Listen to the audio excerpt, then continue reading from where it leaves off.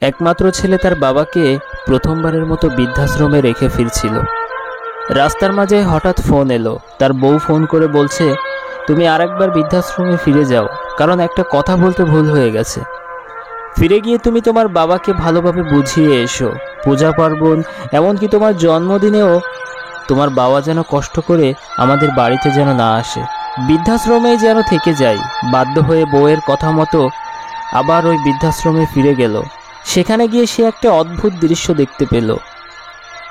তার বৃদ্ধ বাবা ওই বৃদ্ধাশ্রমের বৃদ্ধ মালিককে হেসে হেসে দুজনে কথা বলছে। এটা দেখে ছেলের মনে সন্দেহ হলো। সে মনে মনে ভাবল, বাবা কি তাহলে আগে থেকেই বৃদ্ধাশ্রমের মালিককে চিনত? কে জানে, হয়তোবা। তারপর অপেক্ষা করতে লাগলো। কিছুক্ষণ পর বাবা ওনার নির্দিষ্ট কামরায় চলে যাবার পর ছেলে ওই বৃদ্ধাশ্রমের মালিকের কাছে গিয়ে জিজ্ঞাসা করলো, স্যার, একটা কথা জিজ্ঞাসা করছি, কিছু মনে করবেন না।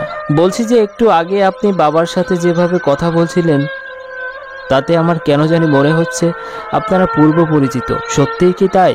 অনাথ আশ্রমের মালিক বললেন, হ্যাঁ, ওনাকে আমি প্রায় 40 বছর আগে থেকে খুব ভালো করেই চিনি এবং জানি। আমি জানি না কোন পরিস্থিতিতে উনি আজ এই বৃদ্ধাশ্রমে এসেছেন, তবে মনের দিক থেকে আপনার বাবা একজন বড় মনের মানুষ। ছেলে বলল, আমি তো সেটাই জানতে চাইছি, বাবাকে কিভাবে চিনলেন? বৃদ্ধ মালিক বললেন, 40 বছর আগে আমার আন্ডারে থাকা একটা অনাথ আশ্রম থেকে উনি একটি অনাথ শিশুকে দত্তক নিয়ে বাড়িতে গিয়েছিলেন, এবং আমার অনুমান যদি ভুল না হয় তাহলে 40 বছর আগে দত্তক নেওয়া সেই অনাথ শিশুটি এখন আমার সামনে দাঁড়িয়ে। বন্ধুরা, প্রতিটি মানুষের জীবনে বাবা মায়ের সবচেয়ে বড় অবদান রয়েছে। কোনো কিছুর সাথে পিতার ধৈর্য এবং মায়ের ভালোবাসা তুলনা করা যায় না।